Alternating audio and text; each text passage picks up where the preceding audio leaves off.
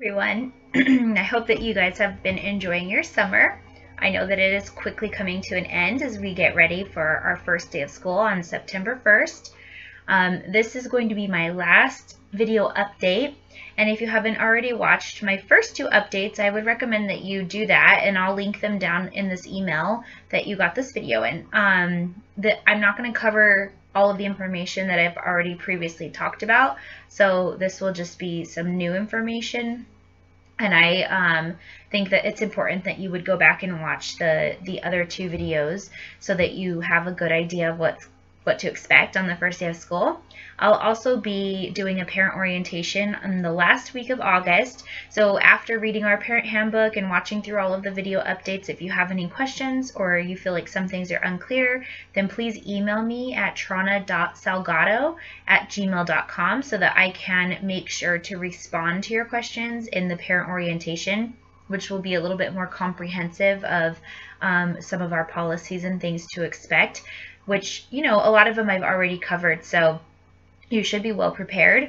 Also, in August, on August 27th, you will be asked to sign up for a 15-minute time slot so that you can come to an open house and meet your child's teacher and see their classroom. And in that time slot, it will only be one family per classroom, so that we can just prevent having large groups together. So that'll be something that will be important to look out for. If you haven't already signed up for your teacher's class band app, then please take a look at that if you've received the invite. If you haven't, then go ahead and let us know so that we can resend that out to you. If you're a newly enrolled family, you may just not have received it yet, but if you've been registered for a while, most of the teachers have already sent out their invitations to band, and that's just what they use. That is sort of a way to communicate with all of the families, and they'll post pictures throughout the school year and just give reminders of upcoming class parties and things like that. So it's a good idea to make sure that you're on band and become familiar with it so that you can stay up to date with information. Another way that we'll be sending out information throughout the year will be through Constant Contact, which is the way that I've been sending out all of my updates via email. So it's really important that you also make sure that you are on Constant Contact, that you're receiving the emails, and you know, that you are checking your emails regularly so that you can stay up to date with upcoming events or anything that you might need to be aware of throughout the school year. That being said, just getting started, I kind of wanted to talk about some of the new things and new changes that you should expect starting September 1st. We will have 6 preschool classes open. So technically 5 preschool classes and 1 toddler class. We typically have 7 classes. So this year we have enough enrollment to open up 6 classes. And the class that will not be open this year will be the Playful Penguin class. So if your child was enrolled in the Playful Penguin class, then I've probably already spoken to you about which class that they will be placed in. And Miss Tina, the teacher of the Playful Penguin class, will be doing team teaching with Miss Noemi in the Precious Panda class. And the Friendly Frogs will be down here in the preschool. So they're the ones that are typically up in the church, and they have their own classroom up there.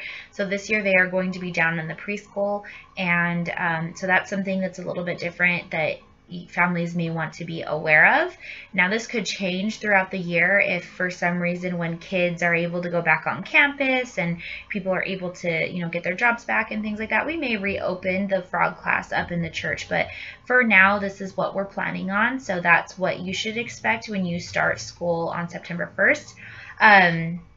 That being said, I wanted to address a little bit the commingling, which I've talked about in the past, but just to clarify, what we're going to be doing is we will have 2 opening classrooms and 2 closing classrooms, and we will be splitting the 5 preschool classes amongst 2 groups. So, for example, it may be, you know, the giraffes and the owls will always be together in the opening room and the closing room, and then the bears, penguins, and frogs will always be together in the opening and closing room. But if that's your group, then those are the groups that those classes will stay in.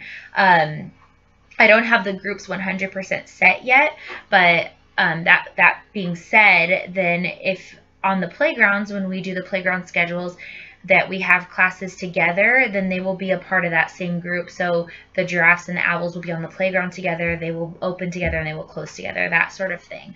So just keep that in mind. That is what we're doing to address the commingling. As the guidelines have stated, it's recommended to prevent commingling to the greatest extent possible. That being said, sometimes we have teachers who may need to sub in a different class, or I myself might need to step in different classes to help out and do different things like that. So the staff will not always be able to prevent commingling, but with the kids, they will always stay in their groups. And then the toddler program is already separate, so they won't be doing any commingling. They're one class and one playground, and so they don't have to really worry about cross-contamination. So that's a bonus for them.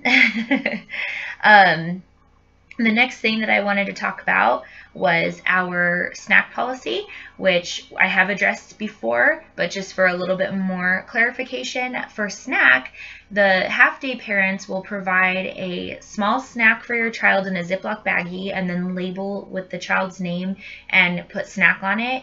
And then for full-day students, you will have to provide 2 snacks, a morning snack and an afternoon snack. So please do the same and label the baggie snack so that the teachers know when they are providing snack for their class that they know which item to grab, and then that's what you intend to be their snack item.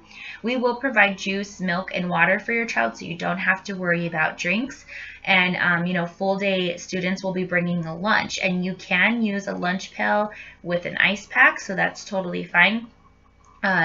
Also, full day students would have to provide a nap bag, so please label all of your children's items. The nap bag would include a fitted crib sheet, a little blankie, and maybe a little stuffy for your child if that's something that they need to help soothe them at nap time.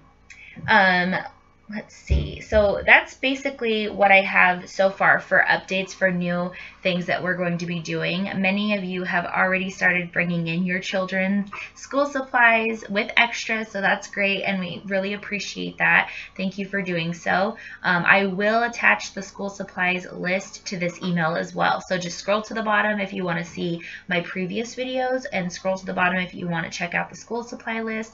You will be receiving the parent handbook by the end of this week so that you can read through that. And if you have any other questions, please email me, like I said, so that I can respond to you, but also address these questions in our parent orientation that will be coming out the last week of August.